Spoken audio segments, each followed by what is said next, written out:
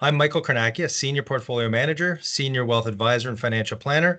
And with me is my partner, John Kellaway, Senior Wealth Advisor from 6 Point Wealth Management, IA Private Wealth. Today, we're excited to have Greg with us. Greg is the Chief U.S. Policy Strategist at AGF Investments, where he provides valuable insights on how U.S. politics impact global markets. With over 4 decades of experience analyzing policy and politics, Greg is highly regarded for his expertise, particularly in areas like the Federal Reserve, economic policy, and Washington's influence on the markets. He's a regular contributor for financial services globally, and we're thrilled to hear his insights today. Greg, welcome. Great to be with you. Thank Yes, you. thanks, Greg. I appreciate you joining us. As you know, you recently joined about 700 of us in Montreal about a week ago. We had a national conference for IA Private Wealth where you were in front of basically the large group sharing with us your views on U.S. politics. So pleased to have you today to update a lot of your current thinking and obviously some of the things that have gone on today as well, too. Yeah, it's an extraordinary stretch, and I think it's going to stay extraordinary for quite a while. Yes, for sure. So we're looking forward to hearing all of your insights on this. So let's, I guess, kick it off with our first question and get into the discussion. So today we'd like you to share some of your insights into the state of the U.S. politics and the upcoming election. And since most of our audience here is Canadian, would you also be able to briefly explain how that election process works for us? Well, it's bizarre. Let me tell you, it's a very unusual system that we have whereby an electoral college, which requires 270 votes to win the presidency, really dominates more than the basic national vote total. The electoral college is huge, and it means there's a handful of states that will basically decide the outcome. Pennsylvania, Michigan, Wisconsin, Arizona, Nevada, North Carolina, Virginia. That's about it. And a lot of states don't even have candidates campaigning in their home state, like California or New York, because everyone knows which way they will go. So it's an unusual system, hard to explain to all of my friends in Canada, but it is important to get those 270 votes. I'll tell you right now, I'm beginning to think we could have Kamala Harris win the popular vote by 2% and Donald Trump win the electoral college vote, getting maybe 280, 285 would be unprecedented, but everything about the election this year has been unprecedented. Yes, So that go ahead, Mike. no, I was going to say you're definitely right. A lot of things are happening, and every day it seems like we're getting a new piece of news that may change the direction of things. So, Yeah. if you just want to give us maybe some of your general insights into kind of how U.S. politics today is working, and how this upcoming election is going to affect it. Well, the big story today, and we didn't even realize this a few days ago, is what's happened in the Mideast. The amount of drone and rocket attacks from the Iranians going into Tel Aviv and Haifa and other Israeli cities. This is a big deal. And I think that the Israelis almost certainly will retaliate and retaliate aggressively. So this is something that I think we're going to have to watch very carefully, whether we follow the oil market or just geopolitics in general. I do think we're in for a very rough stretch. Greg, when it comes to what's going on in the U.S., how do you see that potentially affecting things here in Canada, whether it's policy, markets, and just that overall relationship here? Yeah, it's a good question. I tell all my friends in Canada that if Trump won the election, I think relations would get pretty sour. I think you may be getting a new prime minister. It's not my expertise, but I think you may get a new prime minister, and that maybe would improve relations. But right now, I think Trump has an issue with Canada not contributing enough to NATO, maybe being too protectionist, Canadian immigration policy, and on and on and on. Now, if Kamala Harris wins, as you I'm sure know, she spent a good deal of her teenage years in Canada, in Montreal. Her mother taught at McGill. And I'm told that in private, Kamala Harris speaks very warmly about Canada. I think there would be a great honeymoon between the two countries if she won. If Trump wins, on many fronts, whether it's monetary or regulatory, things are going to get a little shaky. I think tonight we have the VP debate that's going on today. Any thoughts in regards to that that's taking place this evening? Is it important? Is it inconsequential in what we'll hear tonight? Oh, it might mean a point or two on the polls, but I've never been a big believer that it is a huge factor. There are other bigger factors. And to be very blunt, I'm not all that impressed with either of these guys, Vance or the football coach, Waltz. Vance has not distinguished himself. He's talked a lot about middle-aged women who like cats, and he was subjected to a lot of derision for that. He's made several gaffes.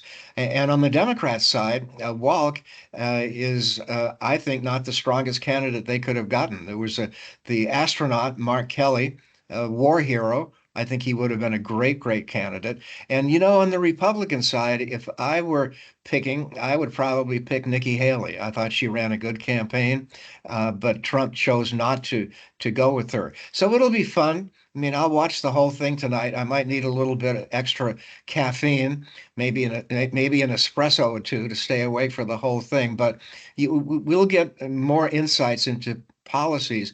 And on policies, there's still a tremendous difference between the two parties.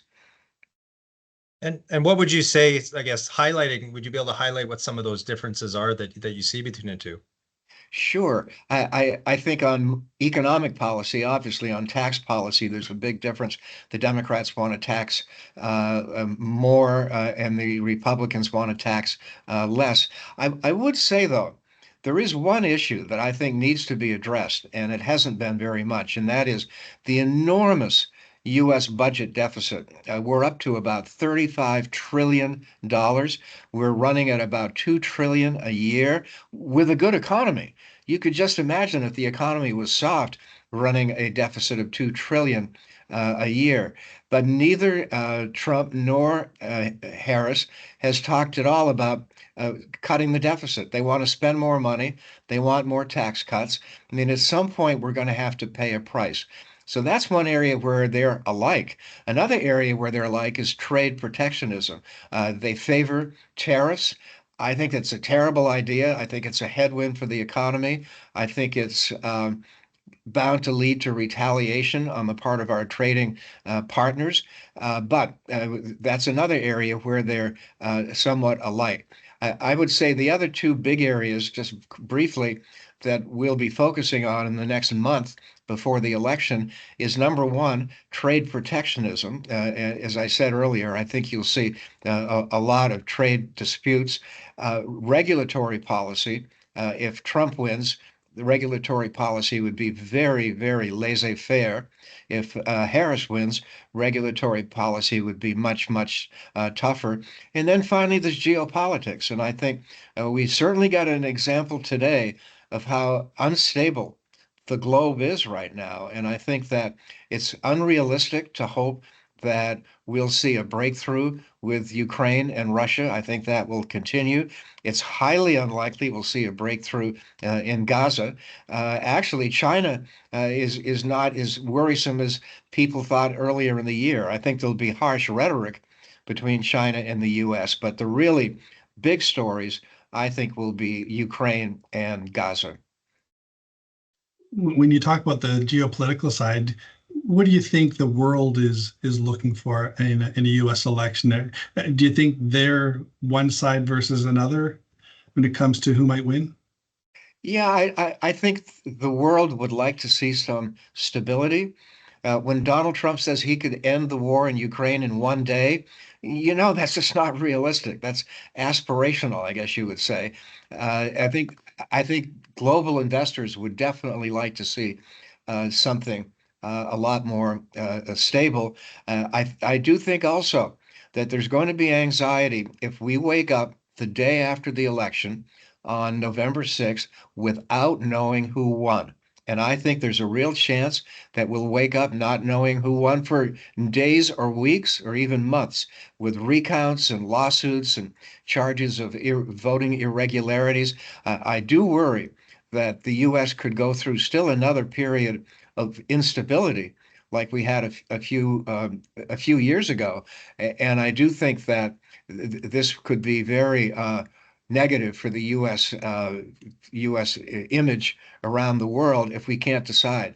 I would just say that if we can't decide, there has to be the inauguration of a president by January 20th. The Constitution requires it.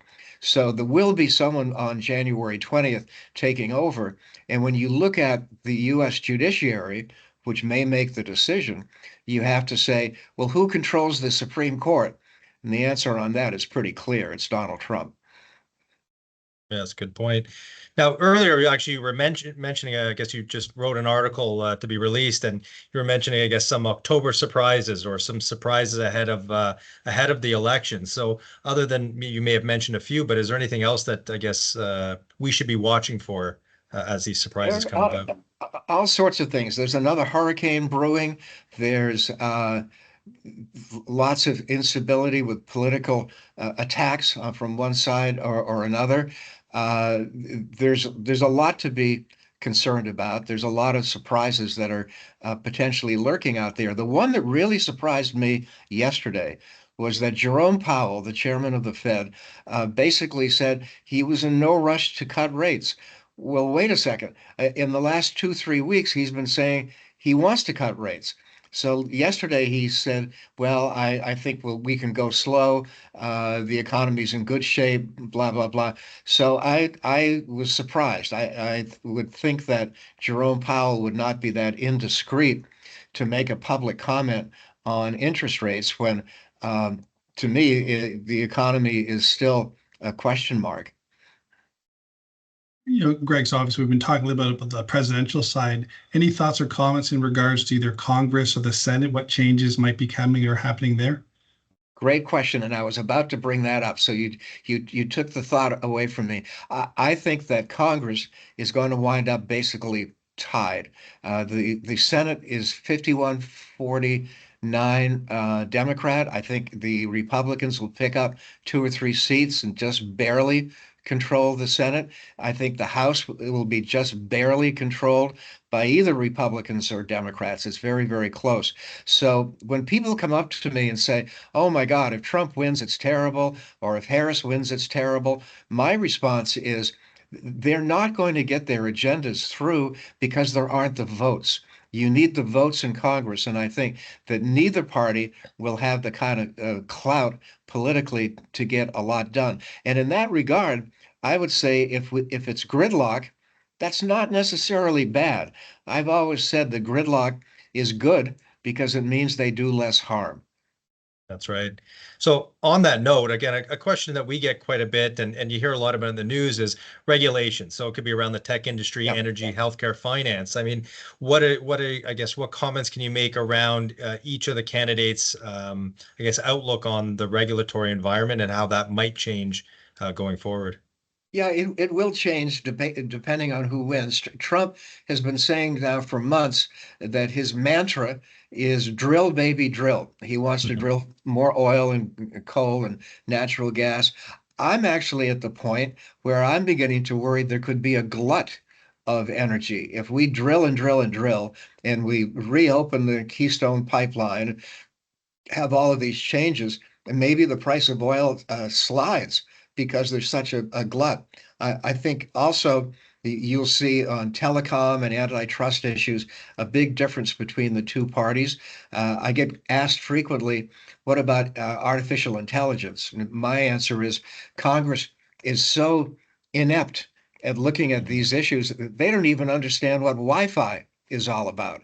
So I don't think that you're going to see a big regulatory push by this administration. I think it's pretty unlikely for either administration. What I would like to see is some kind of a blueprint to do something about all of this spending. As I mentioned earlier, all of this spending is not sustainable.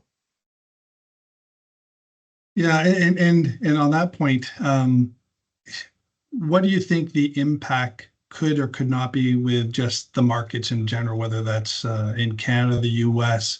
My experience has been Democrats, Republicans, the markets generally have always kind of gone up for the most part. I know over the last 12 presidents we've seen, there's only been 2 occasions in the last 12 sitting presidents where the markets were negative. So generally speaking, the markets are kind. But any thoughts on where the markets could be biased towards? Well, obviously, a lot of that is about earnings and interest rates and things that I leave to all my friends at AGF who analyze it so well. I do think, though, that we've got a Federal Reserve, despite the confusion yesterday from Powell, that we have a Federal Reserve that is quite content to keep applying medicine. I don't think it's going to be aggressive medicine, but I think we'll get 25 basis points in November, 25 basis points during the winter, maybe a couple more in the spring. And I think with the economy in surprisingly decent shape and the Fed providing some medicine, that's not a bad combination. Yes. Great. No, I appreciate that, Greg. Any last comments or closing comments as we kind of wrap up here, and what your final thoughts would be on what we can expect? Sure. Well, first of all, thank you for having me. And those of you, if you don't see my morning piece, we'd be glad to put you on the list. It goes out around 6:30 in the morning. I'm actually 22 years old. I've aged because I get up so early in the morning. I would just say this: if there's been a big surprise in 2024, it's been the remarkable durability, the remarkable performance of the U.S. economy. Amazingly resilient, a decent unemployment rate still, inflation not bad anymore. GDP, the Atlanta Fed GDP forecast right now is 3.1%. So I think we have a resilient economy. Maybe we have a slowdown, maybe we have a soft landing in the spring, but I wouldn't bet on it. I think we still are going to have moderate growth, and moderate growth is not a bad scenario. Thanks, Greg. I appreciate that. Just as we kind of wrap up here, I've on the screen here, I've got a quick history of how the markets have done over the last, as I said, 12 sitting presidents. And as you can see, really, the markets have performed well generally over different sitting presidents. I guess our closing comments, either for myself or for Mike, really is we try and control what we can control. We can't control these electoral cycles, whether it's in the US or in Canada. We really try and work hard to find good businesses. We partner with AGF as one of our strategic partners in trying to find those best of businesses. AGF Global Select is one of our core funds. And at the end of the day, we're really trying to find businesses that are going to perform regardless of who the sitting party might be. And that's really where we can focus on. So our takeaway really for clients is, again, stay diversified, buy good businesses, and really focus on your personal strategic plan. And all the other things are kind of noise to some degree. And on that, I'd like to thank Greg for joining us here today. Wish you all the best in your travels. I believe you're in Illinois, you were saying today. Yep. Good. Well, safe travels back home, and thank you very much for attending our session today. Thank you very much, Greg. Thank you, guys. I enjoyed it. Thank you, care. Greg. Bye-bye. Bye.